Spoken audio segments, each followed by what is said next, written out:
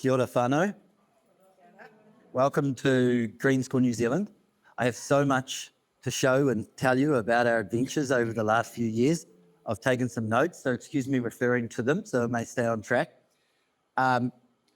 We are currently enjoying a dream come true. It's an absolute pleasure to have you all here today. We understand how much eco-consciousness and how much expertise that is here this weekend.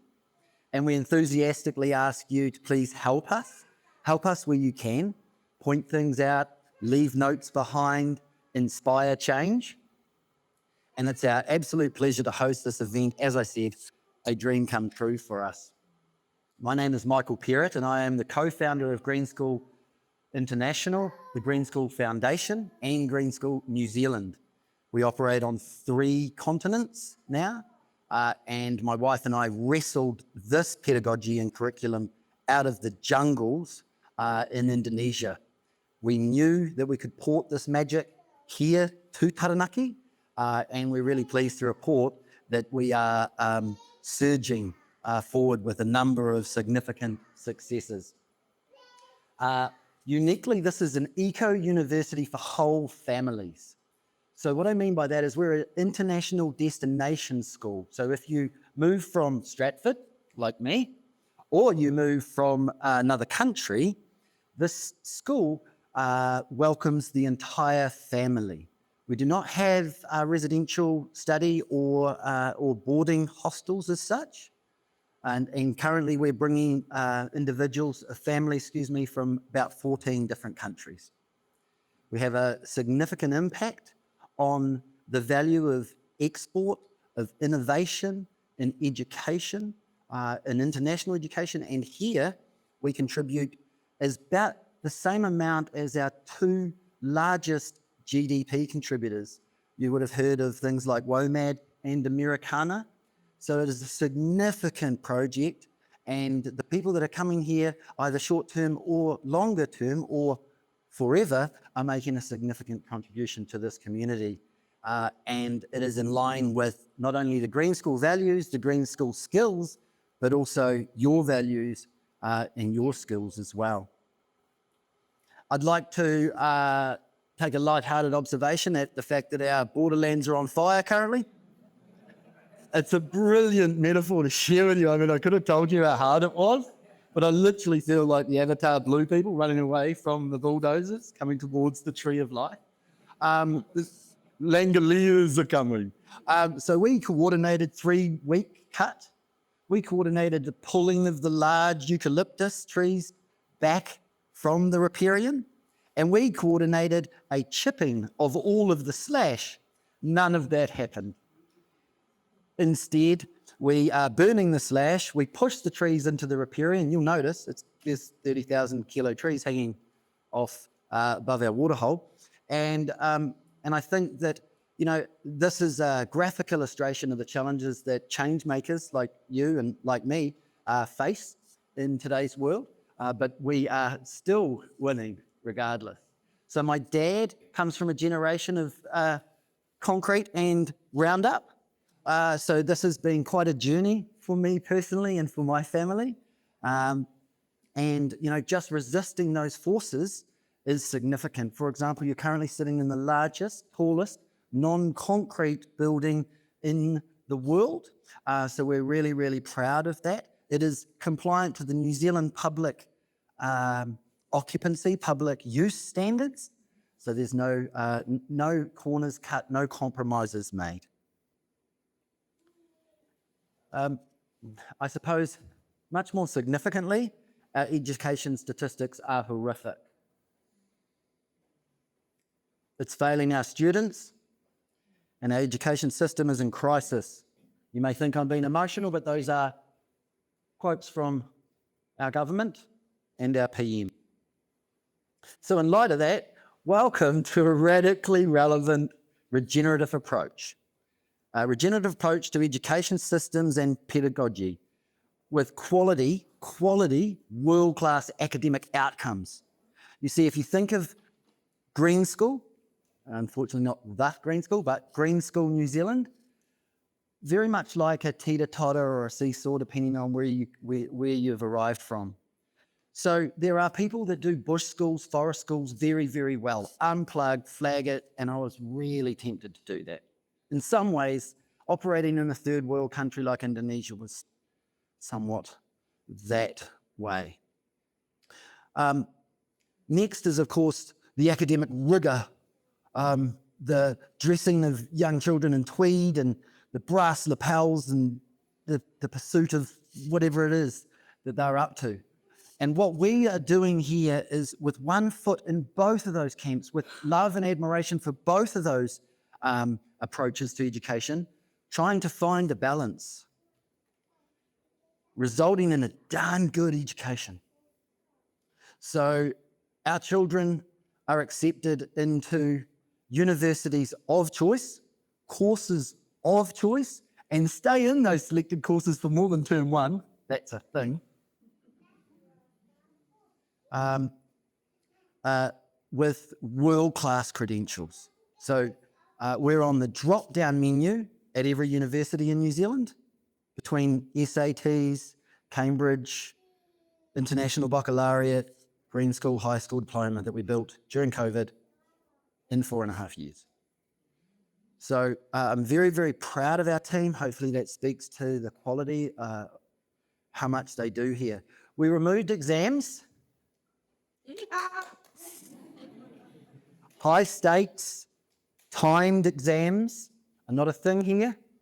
If you want to achieve excellence and strive for memory, then we can facilitate exams.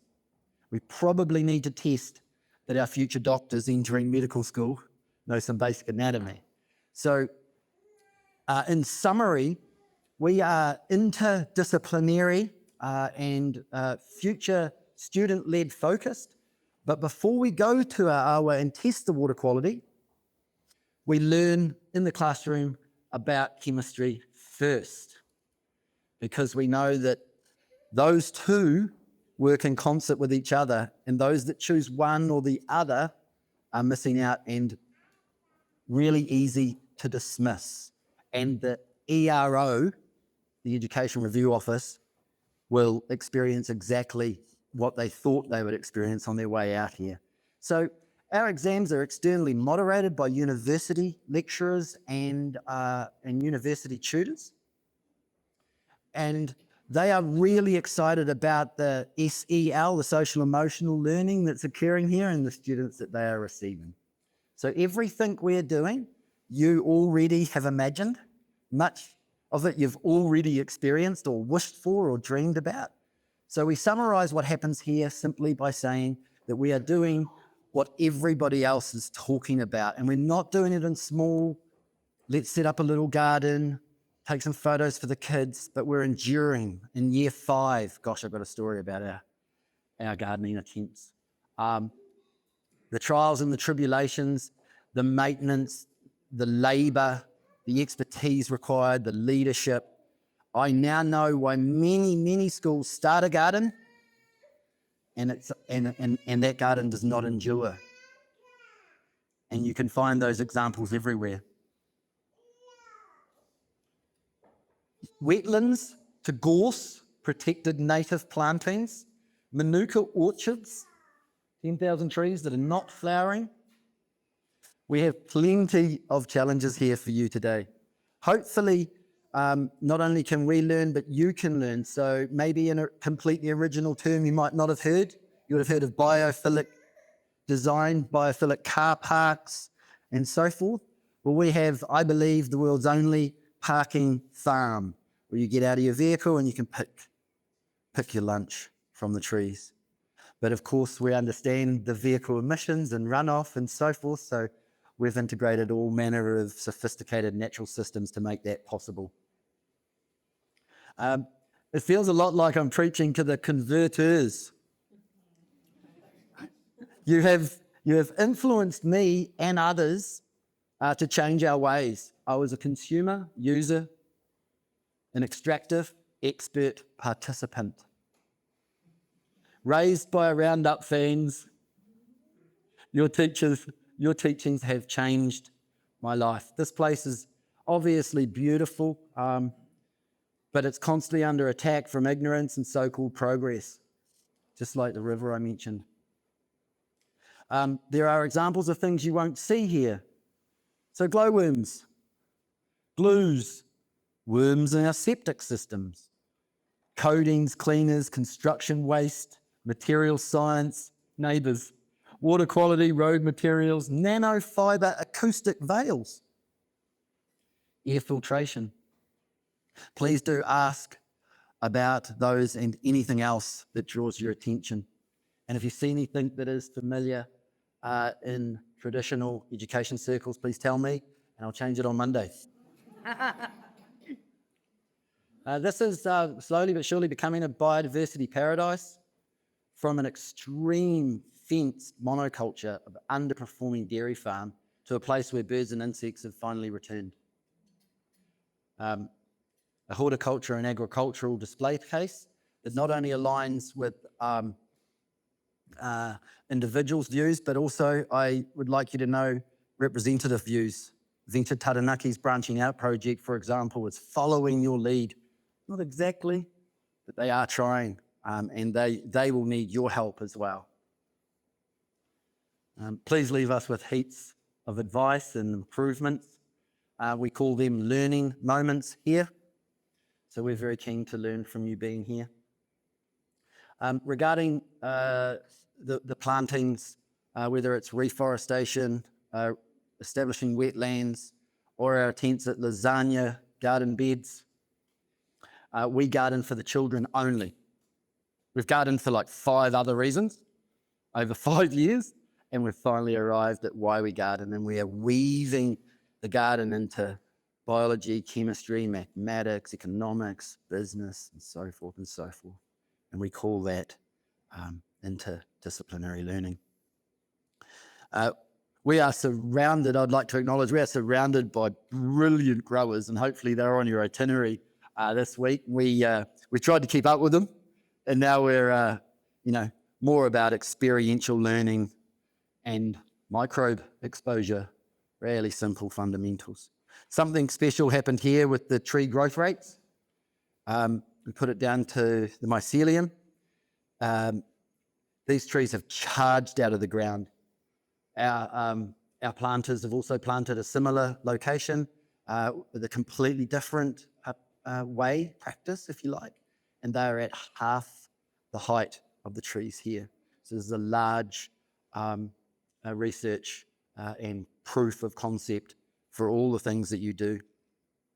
We're surrounded by key native ecosystems, significant native areas as well. We're registering, preserving, and putting this place back into what I suppose it was originally considered to be. So there was a development of 90 homes stamped over this whole land. We had to first start by retiring the largest parcel of paper roads and with a accompanying check with the MPDC in history. So it wasn't an easy introduction. The land was farmed by the same family for about 90 years before we got here. And like so much serendipity and synchronicity, for those of you who have experienced that, this place came up exactly after we lost the place we were looking for. And this is far better. Excuse me. If I could, I would show you the before and afters of this location. It was wrung out. It really was.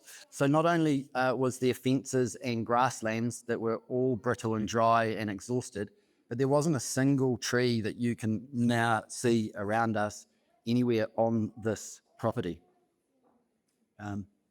As a dairy farm, this place grossed about $300,000 of economic benefit for our region. As a regenerative community of learners, it attracts $42 million of economic benefit to New Zealand. Most important to me is not the changes that we have influenced in education or construction development.